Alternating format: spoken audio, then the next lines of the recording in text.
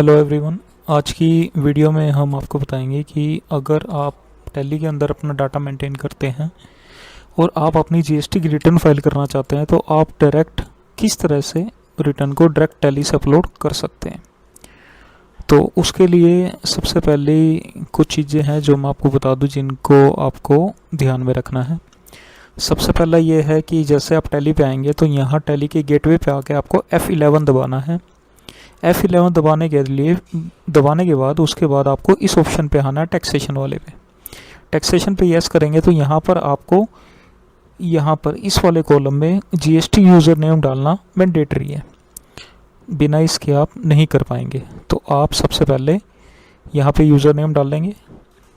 User name डालने के बाद आप यहाँ से बाहर आ जाएंगे। बाहर आने के बाद आप गेटवे पे आके टाइप करेंगे D for Delhi, O for orange, G for Gurgaon. तो आपके सामने ये जीएसटी रिपोर्ट ओपन हो जाएगी। इसमें आपने आना है GSTR 1 में। GSTR 1 में आने के बाद आपने अपना पीरियड सेलेक्ट करना है, जो भी पीरियड की आप रिटर्न फाइल करना चाहते हैं। ठीक है, यहाँ पर आने के बाद आपको इन चीज़ों को ध्यान रखना है कि आपकी यहाँ पर जो भी डिटेल है यहाँ पे कोई भी अनसर्टेन ट्रांजेक्शन्स में ना हो, ये आपकी प्रॉपर शो होनी चाहिए। अगर इस तरह से कुछ दिक्कत आ रही है तो यहाँ आपको उसको ठीक करना पड़ेगा।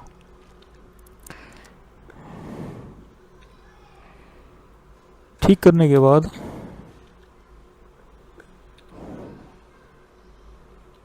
इस तरह से आप उसको ठीक कर दोगे। ठीक करने के बाद फिर आपका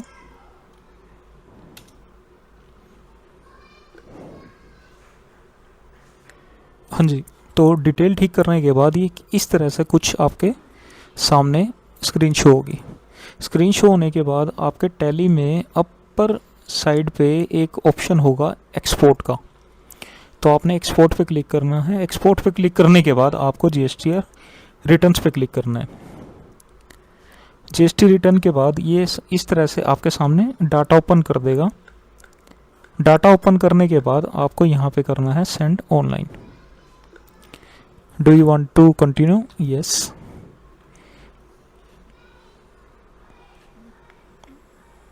ये आपसे अब ओटीपी मांगेगा।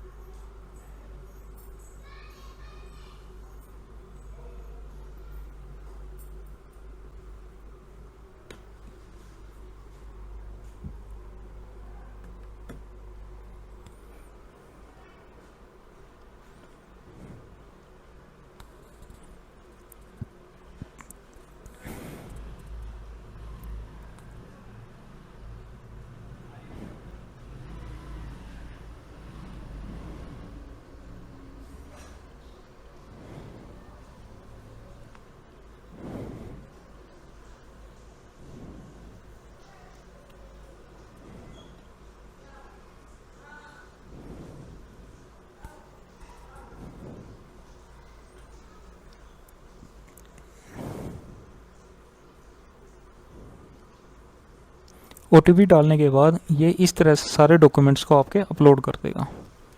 आपने एंटर क्लिक करना है यहाँ पे। ये सारे डॉक्यूमेंट अपलोड हो चुके हैं आपके। तो आपने यहाँ से बाहर आ जाना है। बाहर आने के बाद हम जाएंगे हमारे जीएसटी पोर्टल पे।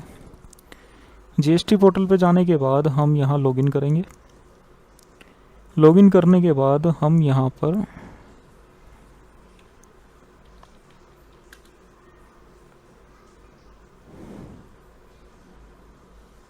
यहाँ पे आपको एक चीज़ का ध्यान रखना है। यहाँ पर इस फीचर को यूज़ करने के लिए माई प्रोफाइल में जाने के बाद आपको यहाँ पर मैनेज एपीआई, आपको इसको इनेबल करना पड़ेगा। आप इसको मैक्सिमम 30 डेज़ के लिए इनेबल कर सकते हैं और 6 आवर्स का यहाँ पर 2 ऑप्शंस हैं।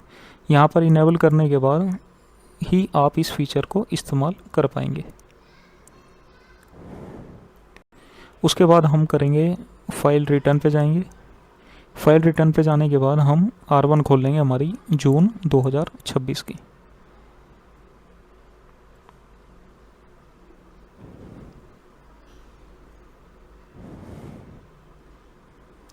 तो यहाँ पे जैसे आप देख पा रहे हैं, इसने यहाँ पर हमारा इन्वॉइसेस को एंटर कर दिया, इसने हमारी HSN-Y डिटेल बना दी, और यहाँ पर हमारा डॉक्यूमेंट इशूड की जो डिटेल है कि हमने कहाँ से लेके कहाँ तक के इस पीरियड में बिल काटे हैं, कितने हमारे एक्चुअल हैं, कितने हमारे कैंसिल हैं, ये सारे डॉक्यूमेंट यहाँ पर आपको शो हो रहे हैं।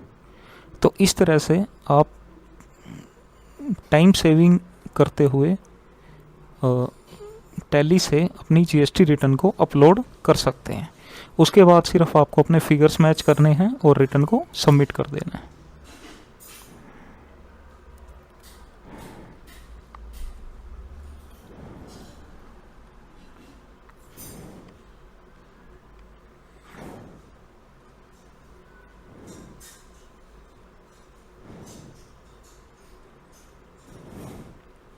अब आप यहाँ देख रहे होंगे जैसे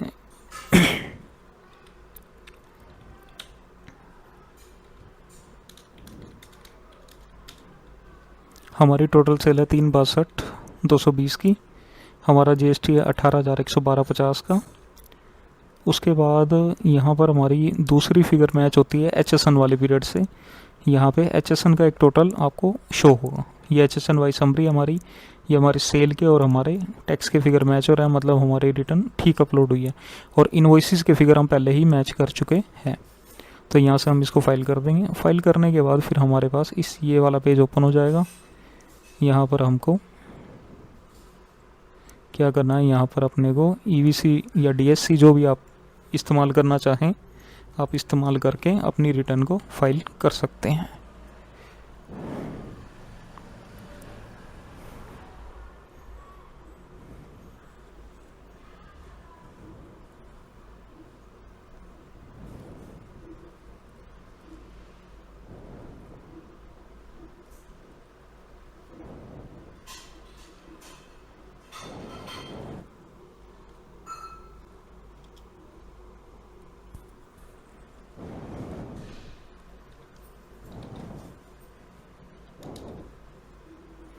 यहाँ कोड डालने के बाद हमने वेरीफाई कर दिया और ये हमारी रिटर्न फाइल हो गई। यहाँ पर ये हमारे पास ARN नंबर आ गया है। ये बस सेम नंबर आपके मोबाइल नंबर और ईमेल आईडी पर भी रिटर्न फाइल करने के बाद डिलीवर होता है। Thank you.